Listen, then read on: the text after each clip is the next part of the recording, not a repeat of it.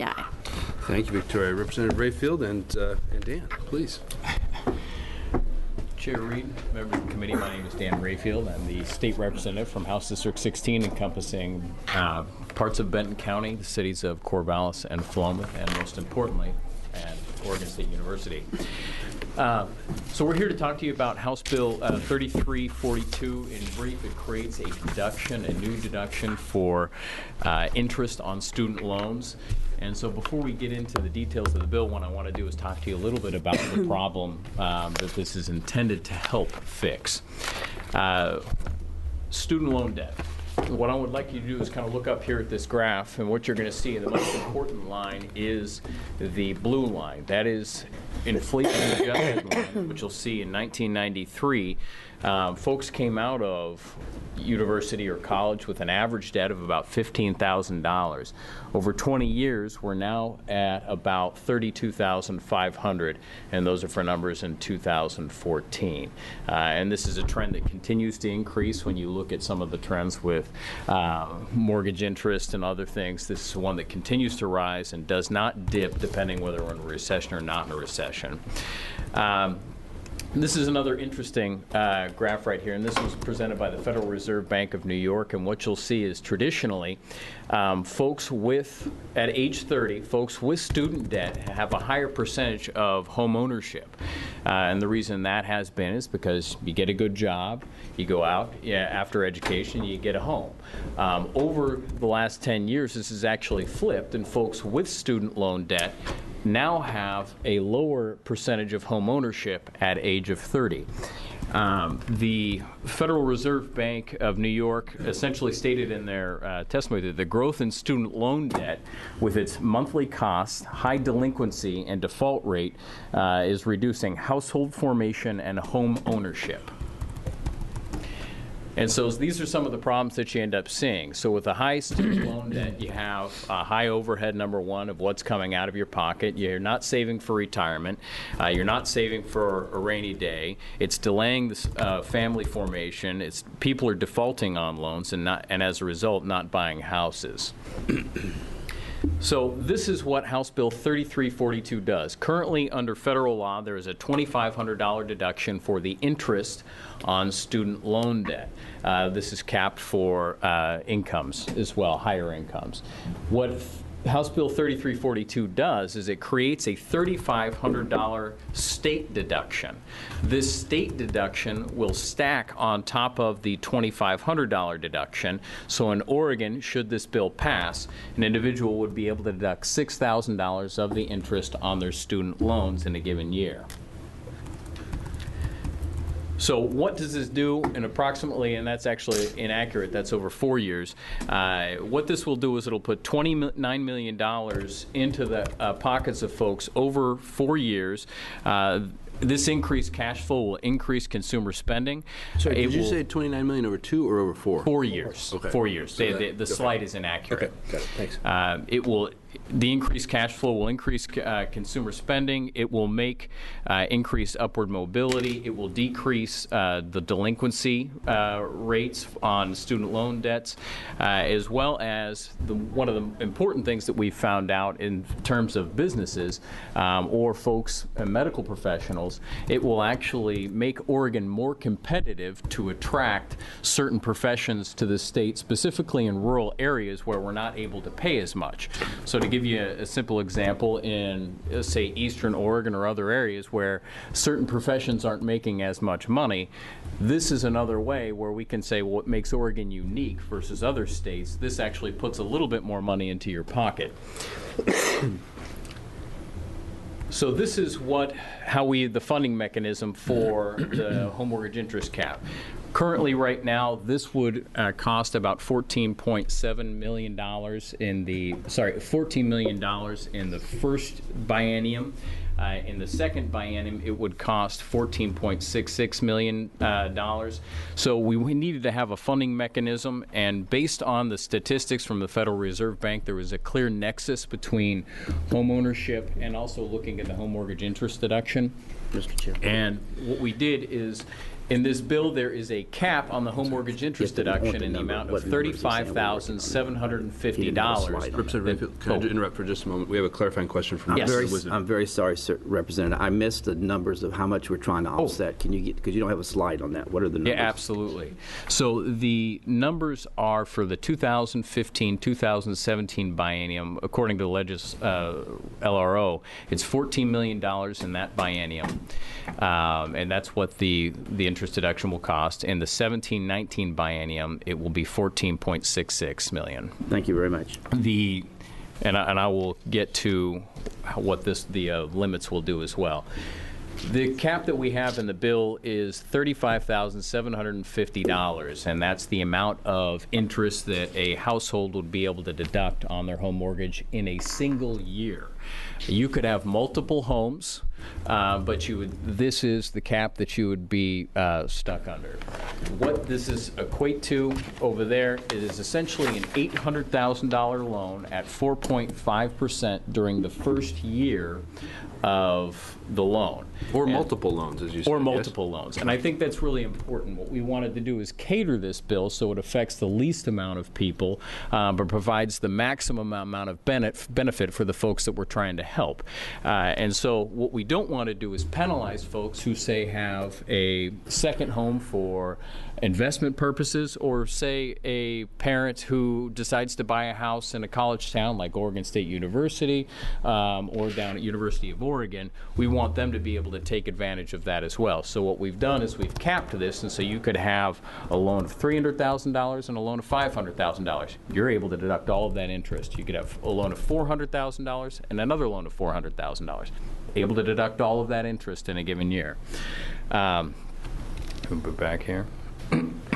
So the effect of this, and Representative Wisnant, and you're probably interested in these numbers, is that in the biennium of 2015 to 2017, this will raise approximately $14.7 million. In the 2017-2019 biennium, it will raise $14.4 million, and you'll notice that it's actually decreasing as we go forward in that student loan debt is increasing. The overall revenue effect over a 4-year period is a positive $500,000. We did our best to try and make this as close to revenue neutral as possible. So what's the impact on tax filers? Less than 1% of all Oregonians that apply for the home mortgage interest deduction are affected. And that's not talking about all Oregonians that file their taxes, because most Oregonians don't even file a Schedule A. So what does that look like in terms of numbers? On the left, this is how both the cap and the deduction would affect filers who apply for these respective deductions. So on the left, you see the home mortgage interest cap, and at the very bottom, it's very difficult to see, but it's probably easier on the slides in front of you if you have them. That is the less than 1% of all tax filers that it affects. On the right is the amount of tax filers that the student deduction affects, and as you will see, it's a much more significant chunk of folks in Oregon. So there really is a little orange line on the HMI cap stack. Okay. It's easier to see on my iPad, I believe. So this is how our retooling of the home mortgage interest deduction affects Oregonians. For every one person that is affected by this deduction, we help 7 people. So it's a 7-to-1 ratio. Chair Reed and members of the committee, thank you for allowing me the opportunity to testify in support of House Bill 3342. My name is Susie Rice, and I am a nurse and graduate student at OHSU in Portland. I'm a member of the Oregon Nurses Association, and I'm also serving in a government relations leadership with WNA. I work in an emergency general surgery and trauma floor, at OHSU, and getting my master's in nursing education. This bill, I'm here this morning in support of this bill because of what it represents, which is a more economically stable future for Oregon and Oregon's youth. I'm the holder of 2 bachelor's degrees and $93,000 in debt. That's not counting the debt, obviously, that I am accruing in the acquisition of my master's degree. My interest rate is 7.25%, which was awarded to me after I consolidated my 2 federal loans. It was originally 9%. I have a minimum monthly payment of $1,000 again, which I appealed for that to be lower because the original was $1,200, which I simply couldn't afford. The reason I have such a high monthly payment is not only because of this large debt that I have, but it's because I make a good wage as a nurse, and I love my job. But a good wage is not the usual for people my age. Nursing is a specialty career, and it's a profession that requires a specific educational course and continuing education if you want to go beyond entry level, which for us is bedside nursing. That's entry level, which you require a bachelor's degree as of 2018, actually, in Oregon to be in an acute care setting in the hospital. So if you want to advance your career, you need a master's degree, which is precisely why I'm getting one. My fiance is a teacher, and I make almost 2.5 times what he makes. He has a $45,000 student loan and a minimum monthly payment of $600. So some months we have trouble making ends meet still. We would love to buy a home. We'd love to have a family in the next couple of years, but instead we're choosing to invest in our retirement because if we don't have a stable future, we can't provide one for our kids. And of course, we have to pay our student loans. We're also putting off getting married in a traditional ceremony and doing the courthouse because it's cheaper. I'm telling you these personal facts because it's the reality for me, and it's tough to swallow, and it's the reality for my generation. Collectively, my generation, like I said, we're all putting off marriage, really. We can't invest in the home, we can't afford a family, and I feel lucky that I have health insurance because a lot of people my age don't have health insurance after 26 because they took a low-paying job right out of college because they either couldn't afford to get the advanced degree they need to get the job in their field, or they simply couldn't find a position available in their field, and the low-wage job doesn't offer them health care. So all of these realities are just disastrous from a personal standpoint, from an economic standpoint, and for the future of Oregon and our country. And I realize with student loan debt and the soaring cost of higher education that we're playing a game of inches, but when it comes to decreasing that and sort of fixing the problem of student loan debt, it's a step in the right direction, this House Bill 3342. And I want to reiterate my support for it because it will provide some financial relief for those of us struggling with what feels like an insurmountable problem. Recent graduates, including myself, I've been a nurse for 4 years. We want to be productive members of society. We want to invest in the economy, but we need the opportunity to be given, we need the opportunity to do so.